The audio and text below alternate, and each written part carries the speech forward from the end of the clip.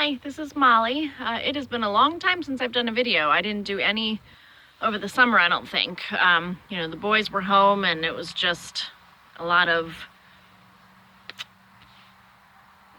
just a lot of stuff going on, and it was kind of a hard summer, actually, and with just pain levels and hips and walking and that kind of stuff. But I'm not complaining at all. It was a very nice summer.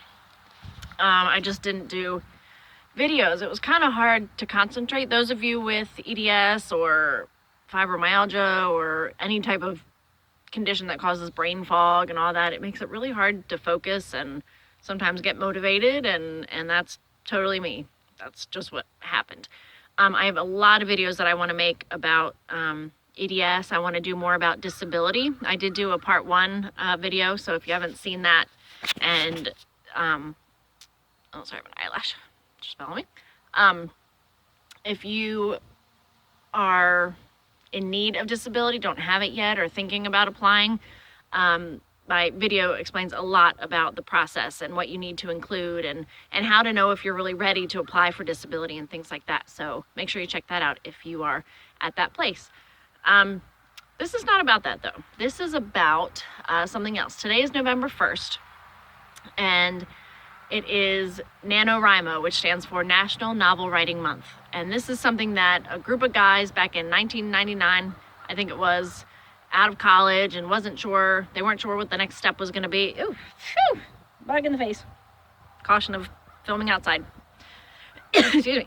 And they just said, hey, let's write a novel. I'm going to write a novel. Chris Beatty, I think, is the one that, yes, he's the one that started it. So, and that's what they did. They picked November because they started in different months, but it wasn't working because of schedule. So November was the one that seemed like the least amount of things were going on. Even with Thanksgiving and holidays and stuff, it just seemed like that was where they could meet the most. Anyway, so the goal of it is to write 50,000 words in 30 days. And a lot of people say to write a novel in those 30 days. 50,000 words is not going to be a complete novel. It's not. So, or maybe, I don't know what I can't remember what the word count is for novellas versus novel and stuff like that. I have to look that up. But whatever your writing project is, a lot of people use it for poetry, use it for, college papers they have to write, or their thesis, writing novels, writing maybe a project that they've already written and they want to use the 30 days to edit. The most important thing about it is that it gets you in that everyday writing habit, that every single day, and hopefully around the same time if you can make that work. If not, just getting in that daily habit, thinking about your writing all the time, and really getting that so into your routine and your mindset and what you want to accomplish, getting just all that into your system for these 30 days. And then once that's over, you're so used to it that hopefully you can carry it over into every month after that. There's a website, NaNoWriMo.org, and it is a wonderful site. You register if you want to do it through NaNoWriMo. You register, and by registering through them, at the end of the month, you can upload your manuscript to their website. It just does a quick word count, that's it, to see if you hit the 50,000 words or more. If you do, you win. And the big prize is a printable certificate that says you won NaNoWriMo, which is enough for a lot of people. Just seeing that they have that manuscript, done or halfway through or whatever in process, and it's just, I'm not going to even say I hope. I am going to do it this year. I tried it last year. I started it, and then I had hip surgery. So that kind of threw a wrench into all of it. But what I'm doing this year is starting with what I had last year. I have 7,600 words from last year. And I love the story. It's a story I really want to tell. I'm not exactly sure how I'm going to tell it all yet. I have a lot of things figured out, but I'm going to probably do another video about that, going through kind of, my process, my notebook, how I got started in all this and thinking about it, and what I do as far as getting ready and prepping. A lot of times the month of October is called Preptober, and you use that month to research, come up with a plot, even if you are a pantser, someone who writes by the seat of their pants. You sit down November 1st and you just start typing and see what happens. A lot of people do that. And they say an outline is too constrictive and they can't do it. It kills their creativity. And a lot of people who like to outline say that they can't think orderly enough. They can't just sit down and start writing. It doesn't work for them. Everybody's brain is different. The way you function is different. What works for you is different.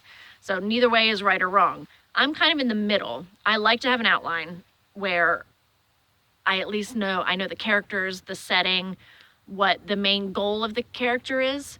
I know how I want my main character to change from the beginning to the end, or at least what her main goal is. By the end of the book, she wants this. So I know that's what I have to get her to.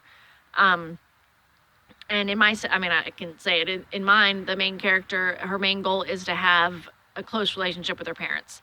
To have that real feeling of family.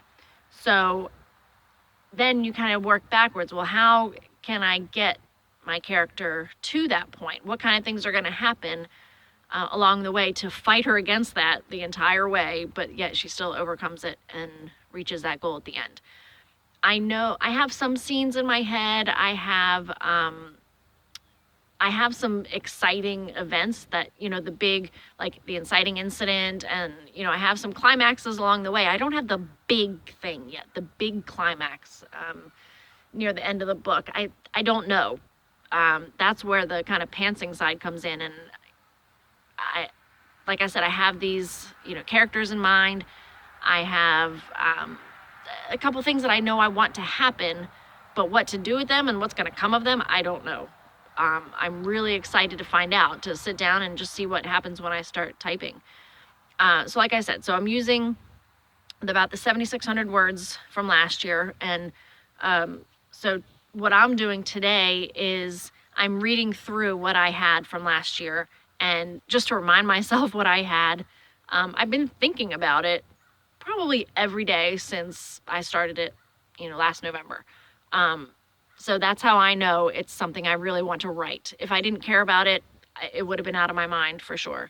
And I wouldn't still be buying writing books and going, finding useful writing blogs and buying writing magazines and watching a ton of videos on writing. And so I know that it's still in me to do this. And I've wanted to be a writer, an author my whole life. When I was younger, I would write without thinking, didn't worry about, oh, hello, this is Petunia. Say hi. No, you're not gonna say hi. Hello. So she never leaves my side usually. Hello, baby. Lost my train of thought. Oh, so yeah, when I was little, I never even thought about it. I wrote all the time. I made cards for people. I wrote notes for people. In school, writing was so easy for me. Essays, I would write. I remember having to write an essay on Lord of the Flies. Didn't read the book, and I got an A on the essay because I could talk.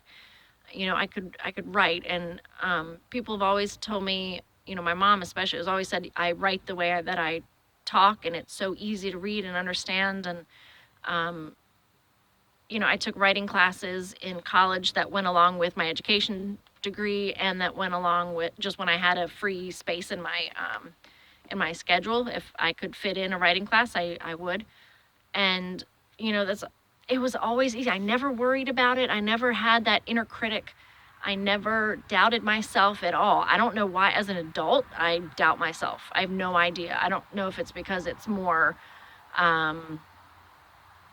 important. Like you don't feel like you have as much time, and you've learned a lot and gone through a lot of life, and you learn a lot of the ups and downs and things that can fight against you. And you've had some major failures. I've had some big failures, and I guess they really affected me. So I need to drop that. I need to get over it and think, if I had spent this last year writing, it would be done.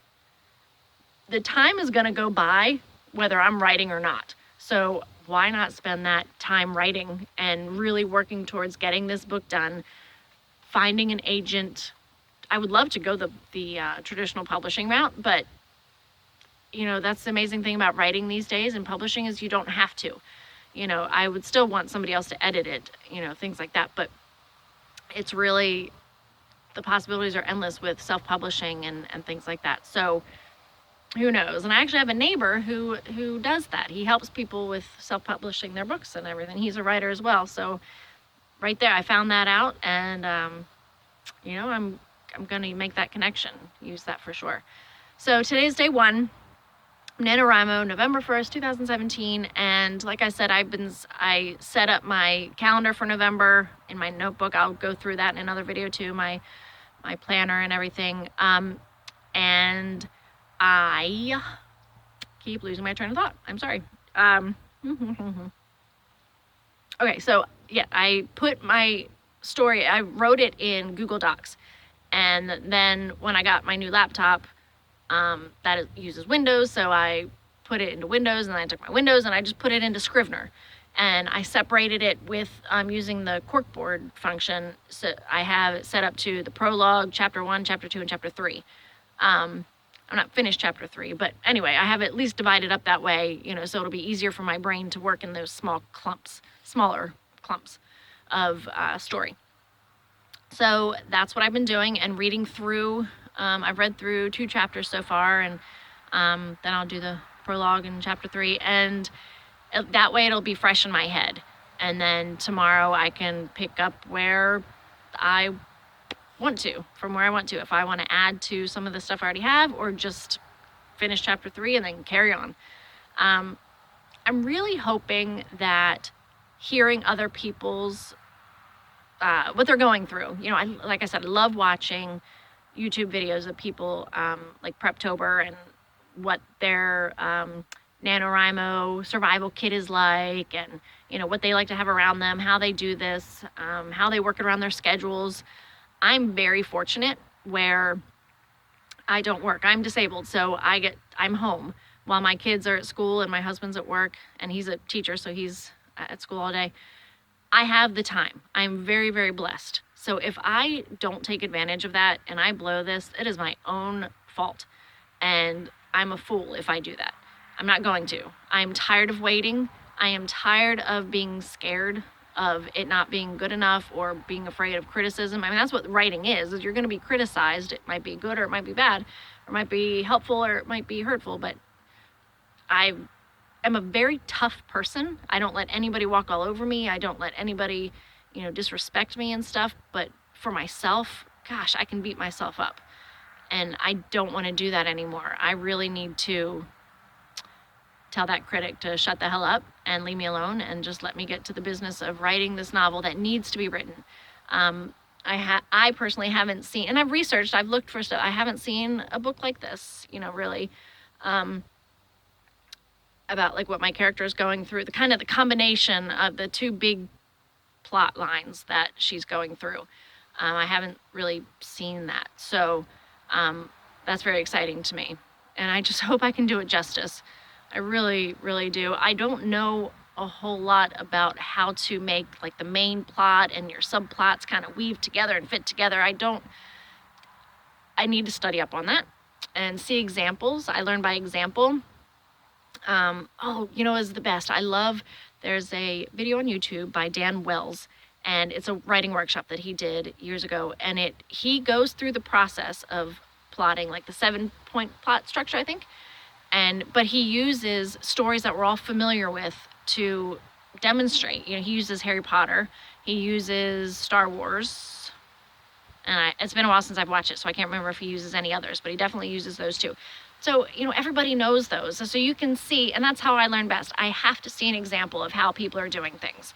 And then I can understand it. I can take it in. I can apply what I've done or what I have, or it just helps me. That's how I learn. Everyone learns differently. That's how I learn. So that is very helpful. And there's websites.